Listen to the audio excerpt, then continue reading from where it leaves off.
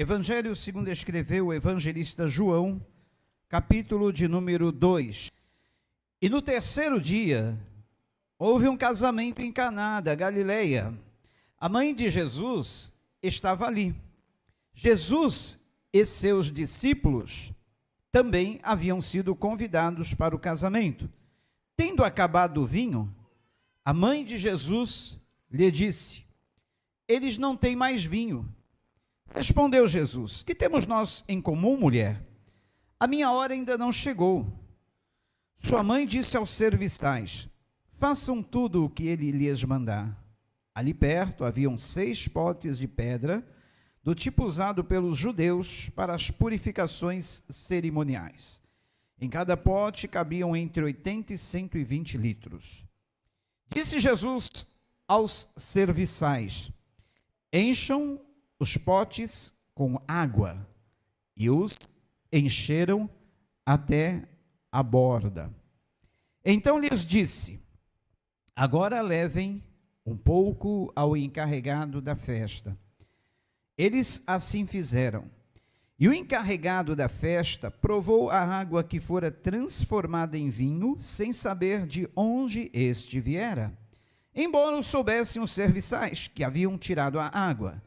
Então chamou o noivo e disse: todos servem primeiro o melhor vinho, e depois que os convidados já beberam bastante, o vinho inferior é servido. Mas você guardou o melhor até agora. Este sinal milagroso em Caná da Galileia foi o primeiro que Jesus realizou. Revelou assim a sua glória, e os seus discípulos creram nele. Senhor, que a tua palavra nesta noite possa falar em cada um dos nossos corações, assim como já tem falado, e que nada venha impedir o teu Santo Espírito de agir nesta noite, operando em cada um dos nossos corações, promovendo as transformações e operações que tu deseja. Espírito Santo de Deus, te convidamos a tomar parte nas nossas vidas, nos nossos corações, nos nossos atos e ações. Em nome de Jesus. Amém. Este episódio narrado pelo evangelista João no capítulo 2 é muito conhecido. Eu já tenho pregado aqui algumas vezes, mas hoje talvez você ouvirá algumas informações bastante interessantes sobre este episódio, que talvez você nunca tenha ouvido. E eu desejo que através disso você possa ter a sua vida abençoada e edificada. Amém? Há um tempo atrás, um líder religioso muito conhecido no Brasil, inclusive conhecido porque ele tem um templo que é chamado Templo de Salomão, em São Paulo, aí todo mundo já sabe quem é. Ele disse, numa crítica ao Senhor Jesus, ele falou que o Senhor Jesus não deveria ter feito o seu primeiro milagre da forma como ele fez. Olha a arrogância do camarada.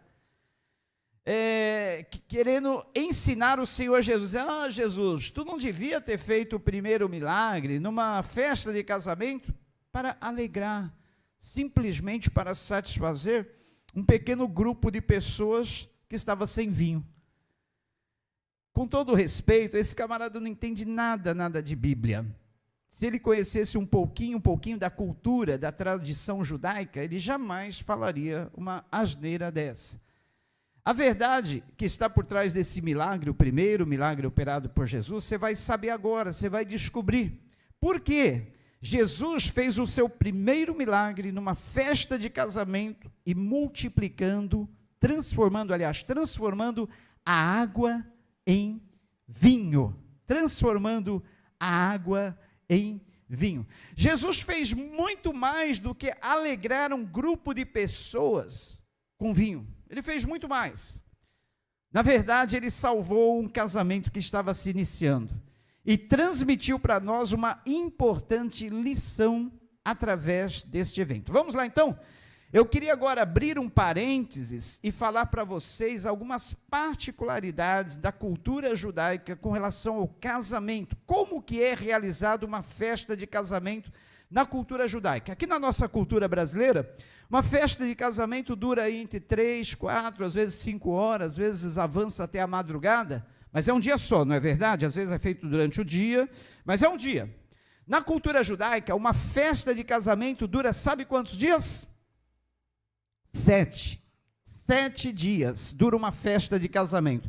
É preciso ter muita comida, é preciso ter muito vinho. O vinho é o principal na festa. Eu quero abrir um outro parênteses para dizer que este vinho utilizado pelos judeus não é o mesmo vinho que você encontra aí no mercado, nas padarias, nos restaurantes, tá?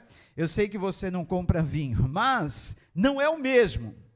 O vinho cachê da cultura judaica, que eu já provei, já tomei quase uma garrafa inteira e não fiquei grogue nem um pouquinho, ele é diferente. Ele é fermentação natural da uva, não é como esses vinhos por aí que se mistura álcool ao suco da uva, ou simplesmente um aromatizante e algo que venha dar sabor àquela mistura. Não, é um vinho diferente, fermentação natural. Para você ter uma ideia, para você começar a ficar meio balão, meio grogue, você precisa tomar pelo menos 1,5 litros, pelo menos, para começar. Então é um vinho diferente. E em toda festa judaica não poderia faltar o vinho, não poderia faltar. A festa de casamento dos judeus dura 7 dias, isto falando dos judeus ortodoxos tradicionais, e começa na terça-feira.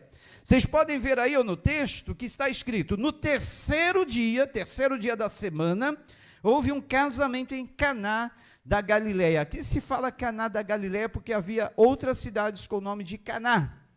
E por que a festa se iniciava no terceiro dia? O terceiro dia da semana é a terça-feira. Aqui, para a nossa cultura, os casamentos geralmente são feitos no sábado, alguns na sexta, mas na cultura judaica, o casamento era feito, iniciava-se na terça-feira. Por quê?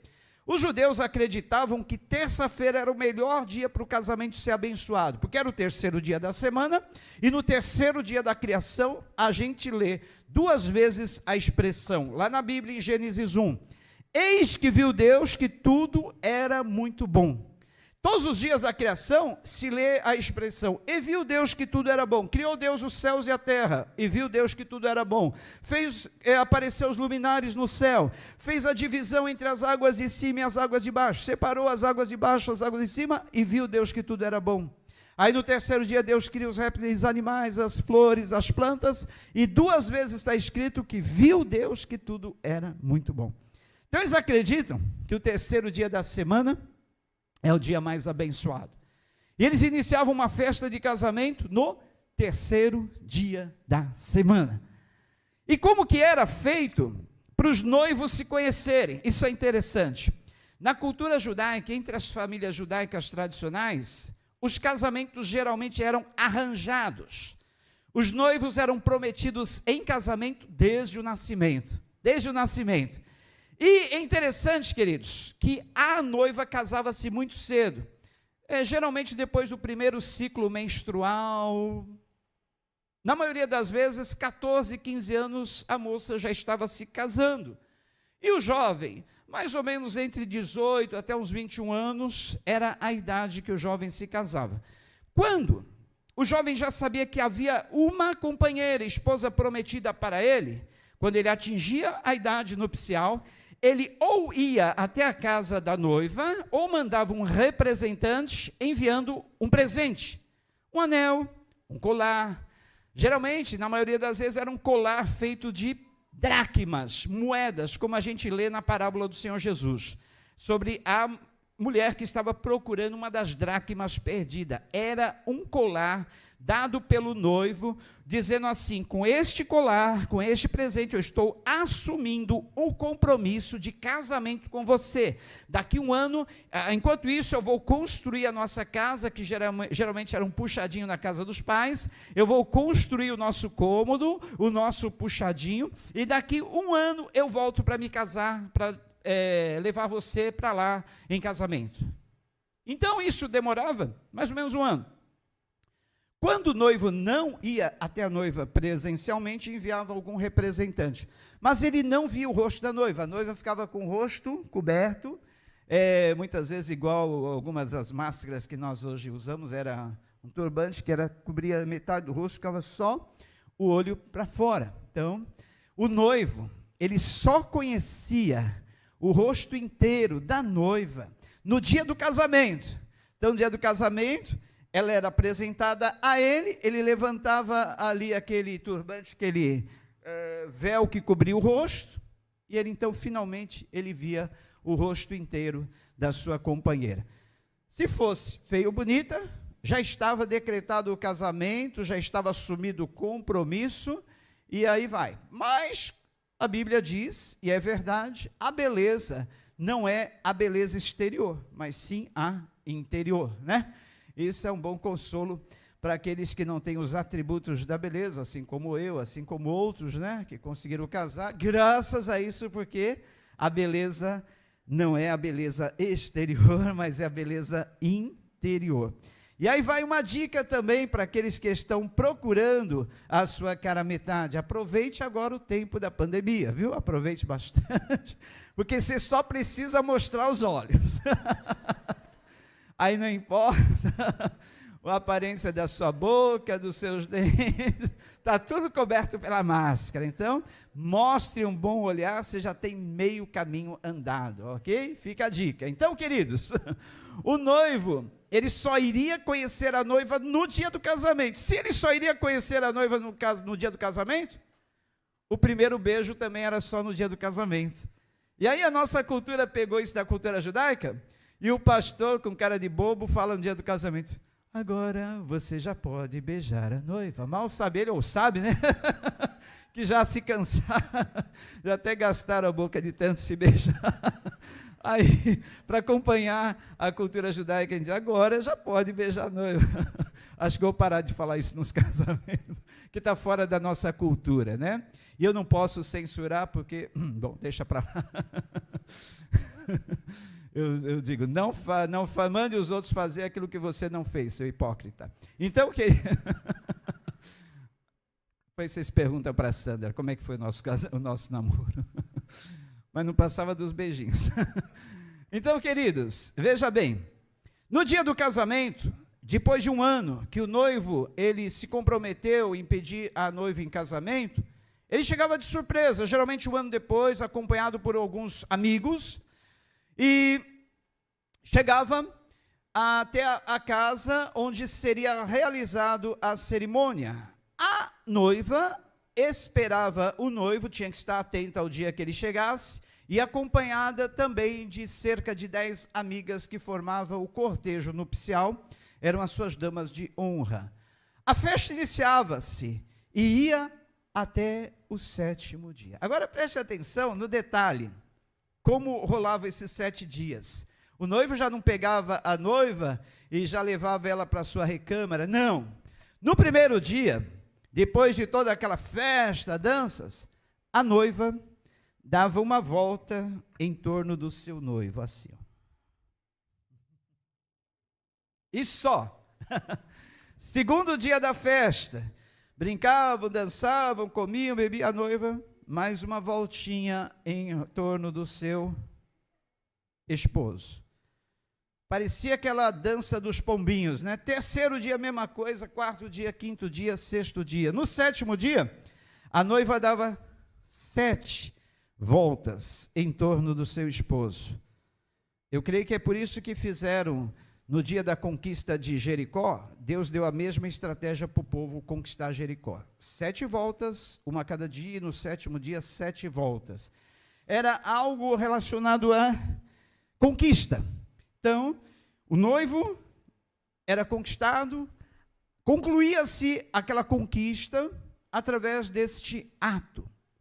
7º dia da festa, então, depois das 7 voltinhas da noiva em torno do noivo, eles entravam na sua recâmara nupcial, no seu quarto de núpcias, iam para a cama e finalmente, então, só naquele momento eles tinham a sua primeira relação sexual. E dessa primeira relação sexual, o noivo concluía que a noiva era virgem conforme lhe foi prometido, e ele então voltava para a festa e dizia: agora está finalmente consumado o casamento. Era aquela alegria, todo mundo dançava, pulava, cantava, era o último dia da festa e assim terminava. Outro detalhe, queridos, por que o vinho era tão importante na festa? Além de servir para alegrar os convidados, no primeiro dia da festa, o noivo e a noiva tomavam uma taça de vinho juntos. Eles tomavam aquela taça de vinho no primeiro dia da celebração, e também no último dia. Primeiro dia, tomavam aquela taça de vinho juntos. E também no último dia. Na nossa cultura, o símbolo da união é a aliança, colocada no dedo do noivo e da noiva. Na cultura judaica, era o tomar o vinho juntos na taça. Por isso que era tomado no primeiro dia e no último dia. Agora o detalhe, queridos. E se o vinho acabasse? Duas coisas poderiam ocorrer.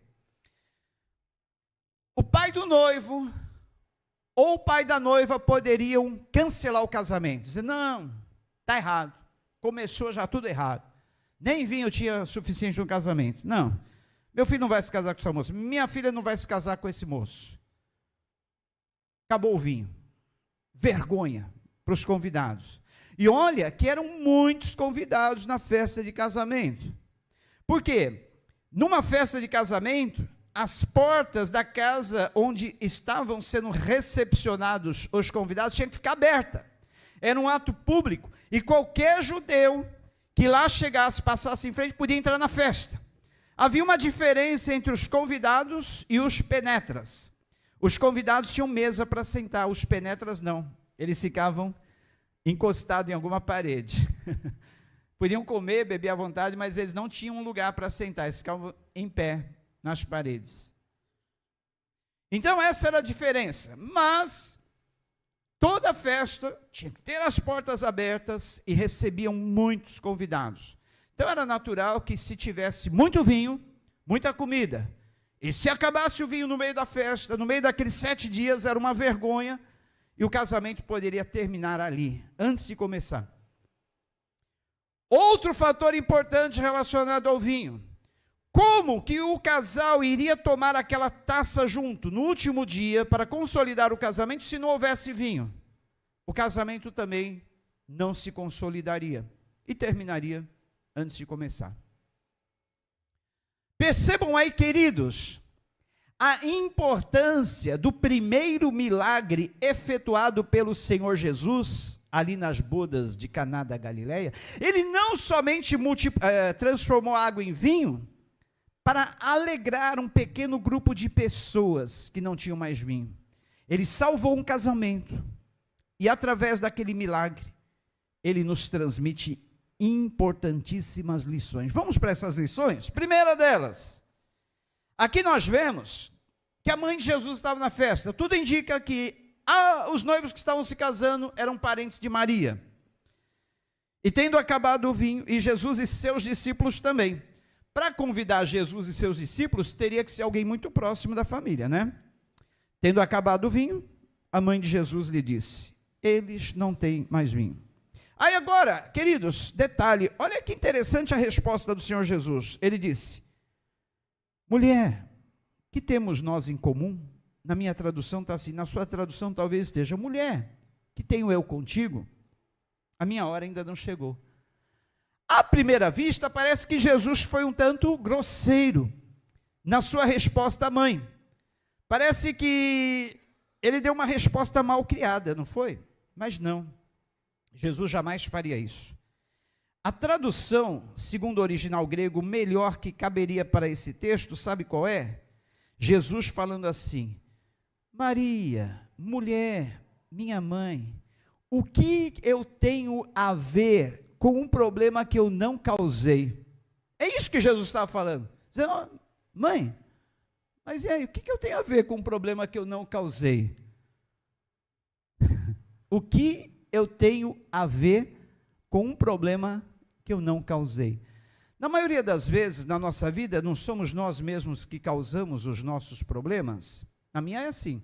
Jesus nunca causou problema nenhum para mim, pelo contrário, ele só ajudou a resolver, mas ele nunca causou problema. A maioria, vamos dizer, 90% dos problemas na minha vida foram causados por mim mesmo, e na maioria das vezes por causa da língua.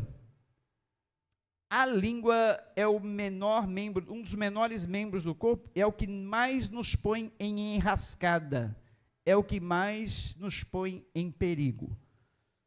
A Sandra tem um ditado que ela sempre fala para mim: caveira, quem te matou, caveira? E a caveira responde: foi a língua, foi a língua. Então, bem, já sabe, né? Tem o outro ditado: boca fechada não entra mosquito. Então, cuidado com a sua língua, cuidado com as suas palavras. A gente brinca muito em família, na hora da mesa, né? E às vezes eu extrapolo, falo algumas bobeiras, né? E ela fala baixo, os vizinhos podem estar escutando, e a gente sabe que você está brincando, mas os vizinhos podem pensar que você está falando sério com essas brincadeiras. Então, maneira, bem. Então, a gente arruma um monte de problemas por causa da nossa língua. Então, queridos, mas o detalhe, mesmo Jesus não sendo o causador daquele problema, nem tido participação alguma naquele problema, o que ele faz? Ele vai e resolve. Resolveu ou não resolveu? Resolveu. Agora eu queria que você desse um glória bem forte quando eu terminar de falar isso aqui. Na nossa vida é a mesma coisa. Ainda que, ainda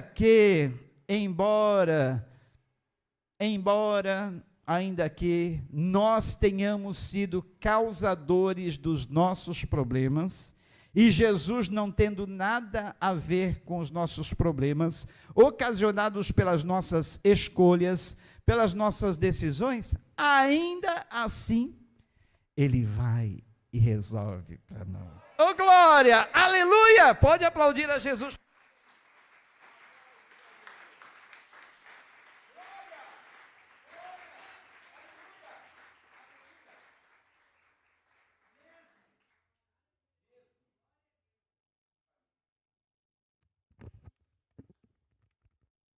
Glória, aleluia, glória, aleluia. Mesmo Jesus, glória, glória, aleluia.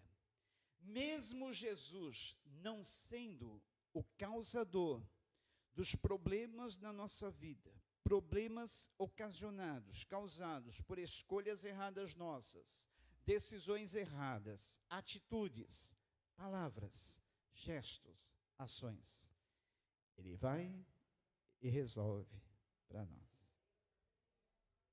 E da melhor maneira. De um jeito que ninguém faz. De um jeito que nós não imaginamos. Ele resolve tudo. Quando nós vemos, já está tudo resolvido. O problema era um grande problema para os anfitriões da festa. Foram contar o problema para a pessoa certa. Não abra a sua boca para contar seus problemas para as pessoas erradas, que não vão te ajudar. Vá em quem pode te ajudar. Vá até Jesus, fale para Ele os seus problemas. E aí então, a mãe de Jesus, Maria, ela diz aos seus serviçais da festa, vê que ela tinha alguma proximidade com os anfitriões, que ela está sabendo dos problemas, o que está ocorrendo na festa, e ela vai então e diz aos serviçais: façam tudo conforme Ele vos disser, exatamente como Ele vos mandar. Esse é um dos segredos para a nossa vitória, fazer tudo conforme Jesus nos mandar.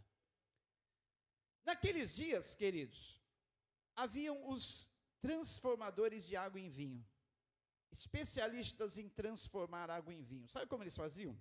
Eles pegavam um recipiente de água, quando acabava-se o vinho, jogavam dentro do recipiente uvas passas, e aí macetavam, ficavam macetando aquelas uvas passas na água, até a água ficar com uma coloração de vinho. E ali eles diziam ter transformado água em vinho. Só que era um vinho da pior qualidade. Um vinho obtido às pressas, não através da fermentação natural, não através do envelhecimento, porque o vinho, quanto mais velho, melhor. Então era um vinho feito às pressas só para suprir uma necessidade de urgência.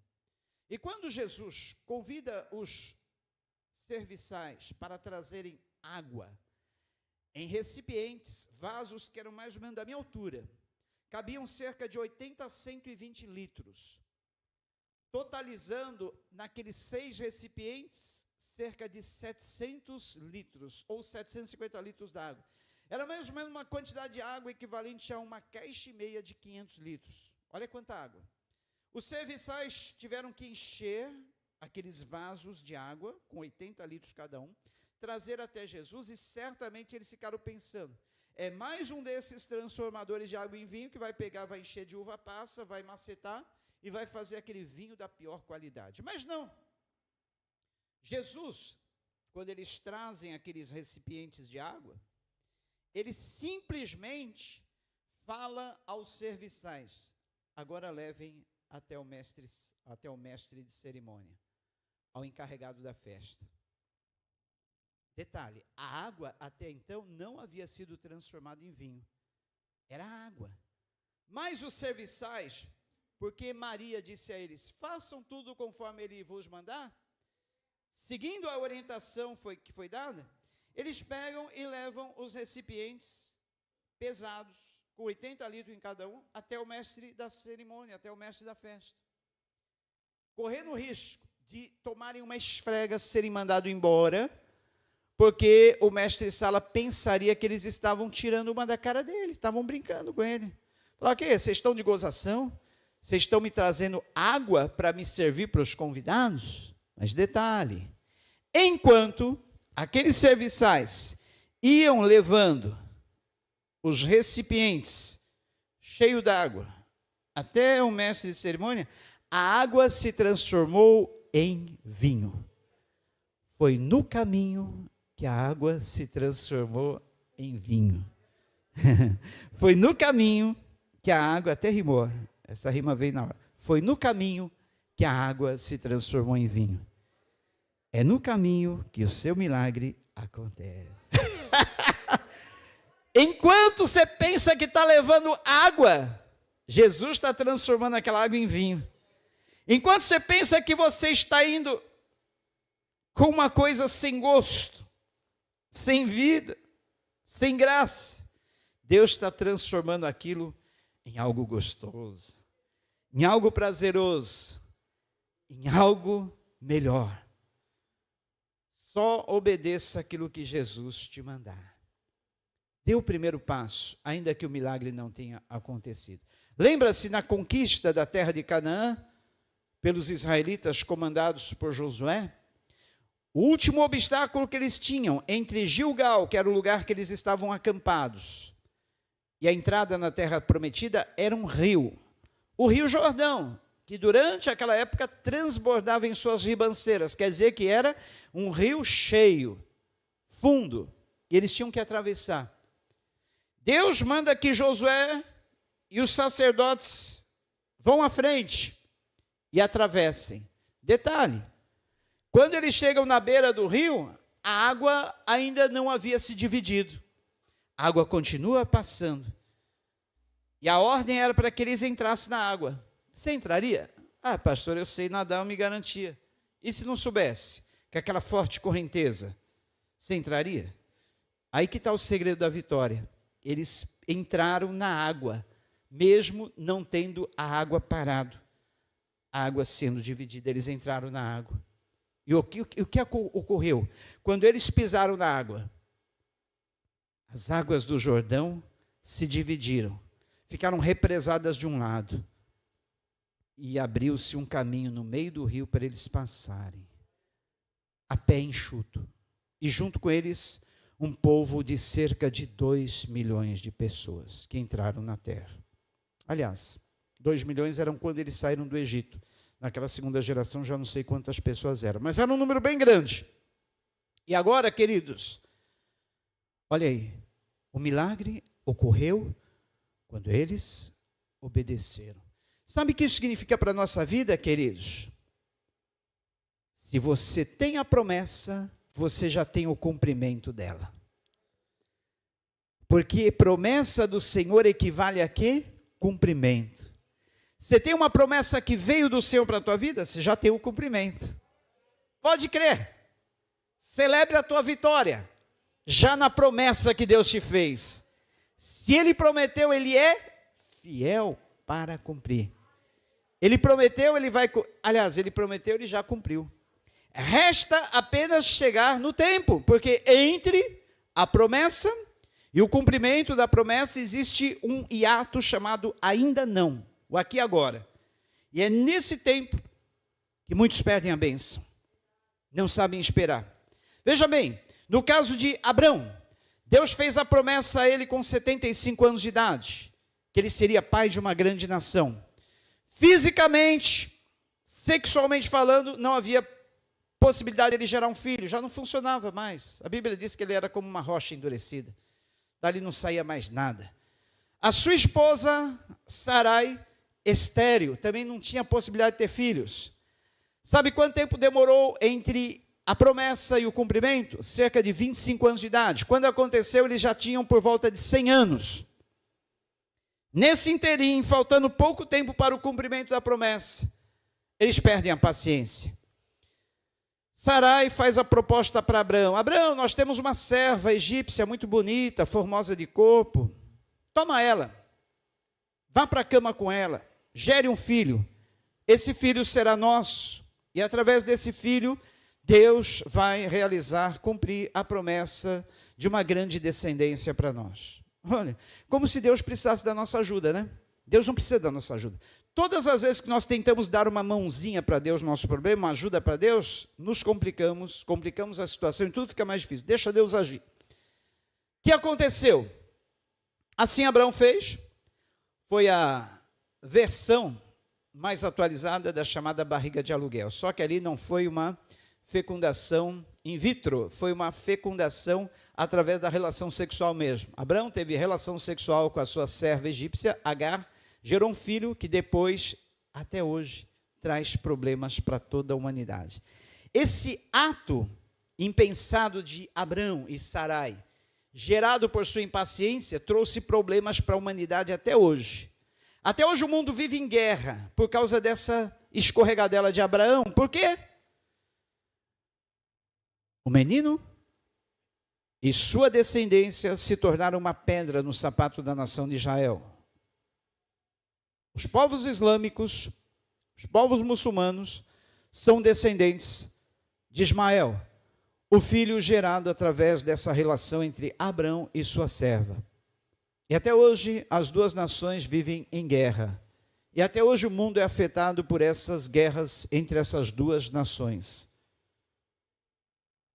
Isso traz lição para nós, que nós devemos ser pacientes, esperar o cumprimento das promessas de Deus na nossa vida.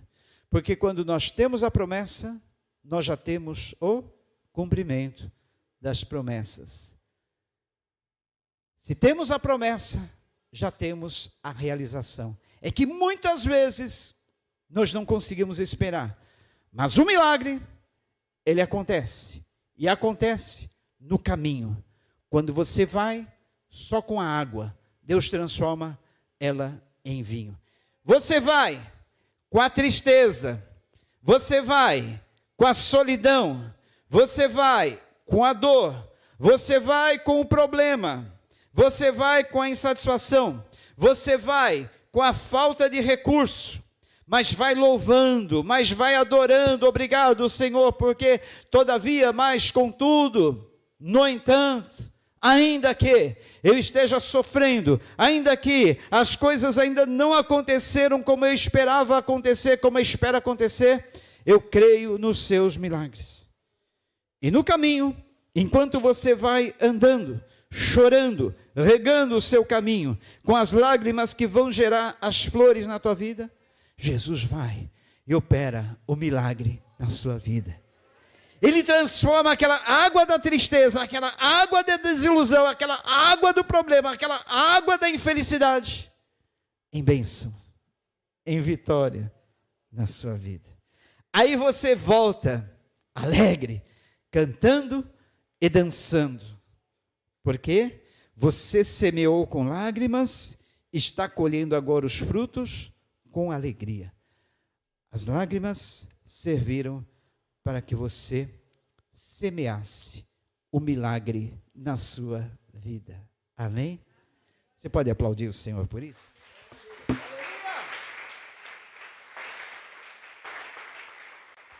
O Senhor é bom, é uma fortaleza no dia da angústia, e conhece os que confiam nele. O Senhor é bom, e a sua misericórdia dura para sempre, de geração em geração. Agora, para terminar, queridos, tem um versículo, se eu não me engano, em Eclesiastes capítulo 7, isso mesmo, e no versículo 8 diz assim: o fim das coisas é melhor que o seu início. Eu não li esse versículo de manhã, mas estou lendo agora. O fim das coisas é melhor do que o início. O vinho novo que os convidados experimentaram na festa das bodas de Caná da Galileia era melhor que o primeiro, contrariando aquilo que os noivos geralmente faziam: serviam o melhor vinho, e depois que os convidados já estavam meio balão, serviam um vinho de inferior ou qualidade inferior, e aí os convidados nem percebiam. Mas aqui no caso acontece diferente. O vinho melhor é servido por último. E assim é na nossa vida. A nossa vida, que era sem sabor, começou triste. A nossa jornada com Cristo, que começou cheia de problemas, dificuldades, termina com alegria. Porque o fim das coisas é melhor que o começo. Talvez você esteja chorando agora, sofrendo agora, triste agora, mas o fim das coisas será melhor. No final de tudo você vai sorrir. No final de tudo você vai vencer. No final de tudo você vai ver os resultados das bênçãos regadas com lágrima. O choro solitário no meio das noites mal dormidas. Você vai contemplar a vitória. Porque pode o choro durar uma noite inteira, mas a alegria, ela vem ao amanhecer.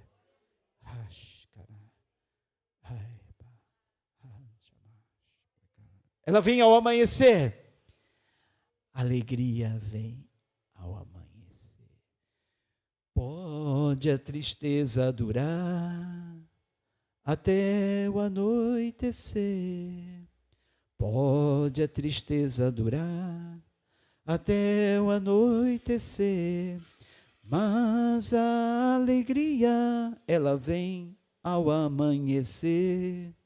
Mas a alegria, ela vem ao amanhecer. Quero acordar cantando aleluia, quero acordar cantando aleluia, quero acordar cantando e louvando ao meu Senhor. Vamos ficar em pé?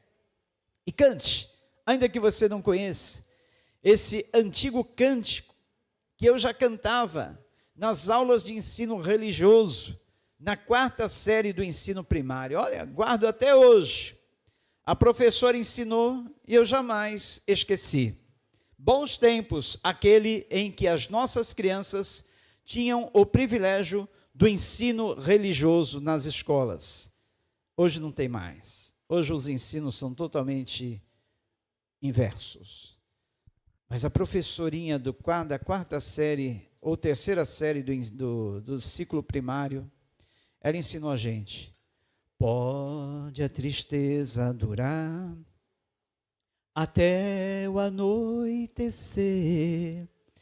Pode a tristeza durar até o anoitecer, mas a alegria, ela vem ao amanhecer, mas a alegria ela vem ao amanhecer.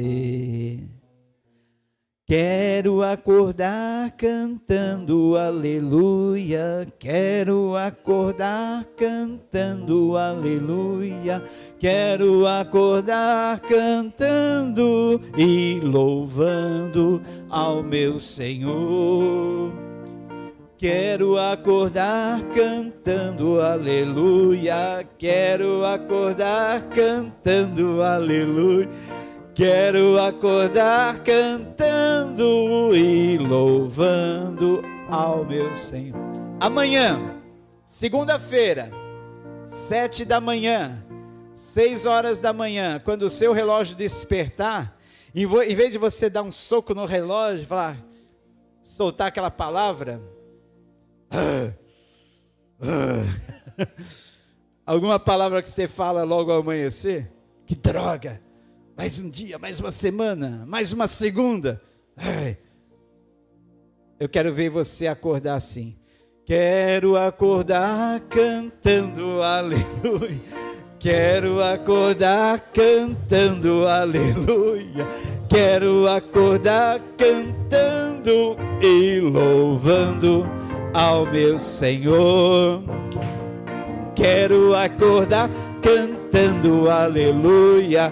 Quero acordar cantando aleluia, quero acordar cantando e louvando ao meu Senhor. Você vai ver que seu dia vai ser muito melhor. Em vez de você iniciar o dia murmurando, reclamando, porque é segunda, porque é mais um dia, porque é mais uma semana, não sei.